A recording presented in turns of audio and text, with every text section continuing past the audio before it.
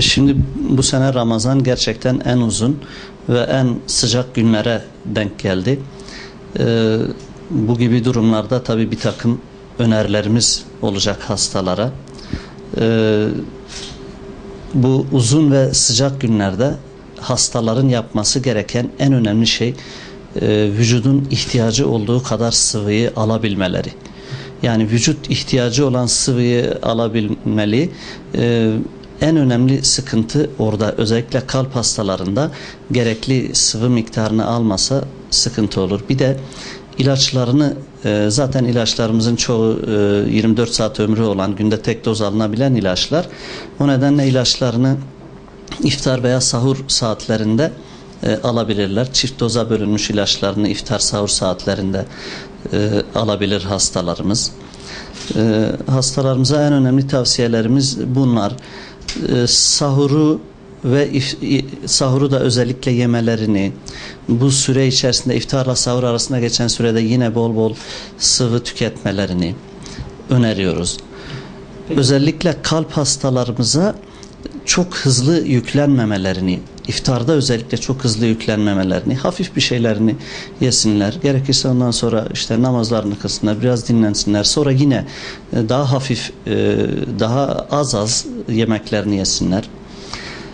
Yemeğin üzerine yedikten hemen sonra istirahate geçmemelerini, çünkü iftardan sonra da bir uyku bastırır. Sahurdan sonra da yine hemen yemekten sonra yatmamalarını öneriyoruz. Bu kalp hastalarında özellikle önerimizdir. Yemek yenildikten sonra midenin boşalması için biraz süre geçmesi gerekiyor. Hastalarımız buna uyarlarsa sıkıntı olmayacaktır inşallah.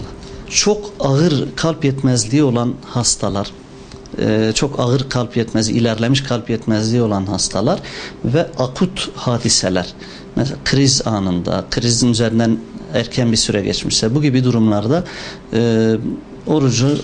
oruca ara vermelerini tavsiye ediyoruz hastalarımıza.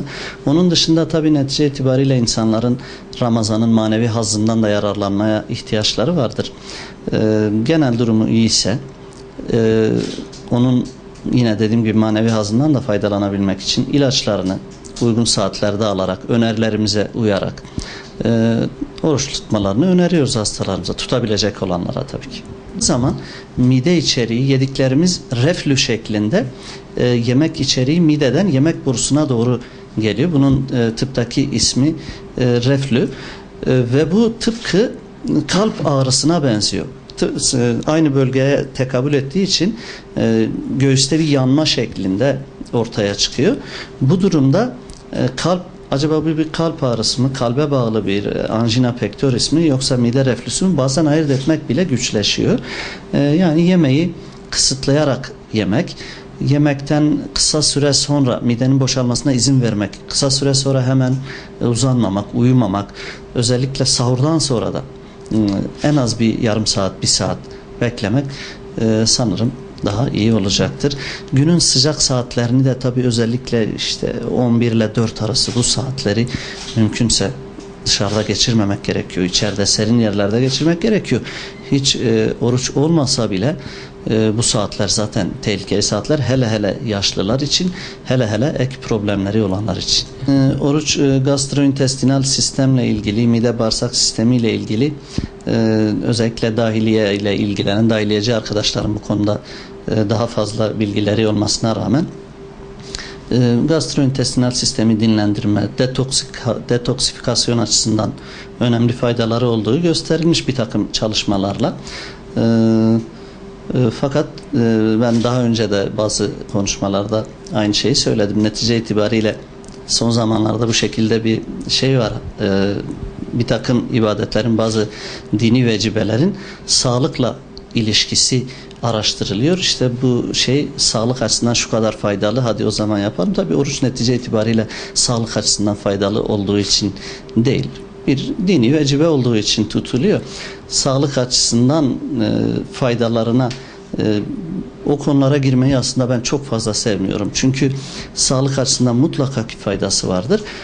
Fakat orucun tutulmasının gerekçesi onun bir dini vecibe olmasıdır. Yoksa sağlık önerisi olarak değil yani. Demin söylediğimiz şeyleri, ilaçlarını iftara, sahura bölüştürmelerini, sıvı tüketimini arttırmalarını, yemekleri daha hafif, özellikle iftarda yavaş bir şekilde başlayarak, süreyi uzatarak yemeklerini yemelerini, sıcak saatlerde güneşte olmamalarını, bunları tavsiye ediyoruz ve tabii hastalık yok, hasta vardır. Her hasta bir özel, her hastanın özelliği farklıdır. O nedenle hastanın eğer ek bir sıkıntısı varsa doktorun birebir değerlendirmesi daha uygun olacaktır. Yani bütün hastaları aynı teraziye, aynı kefeye sokmaktansa hastalık yok, hasta vardır kabilinden her hastayı ayrı ayrı değerlendirmek tıbbın genel kuralıdır.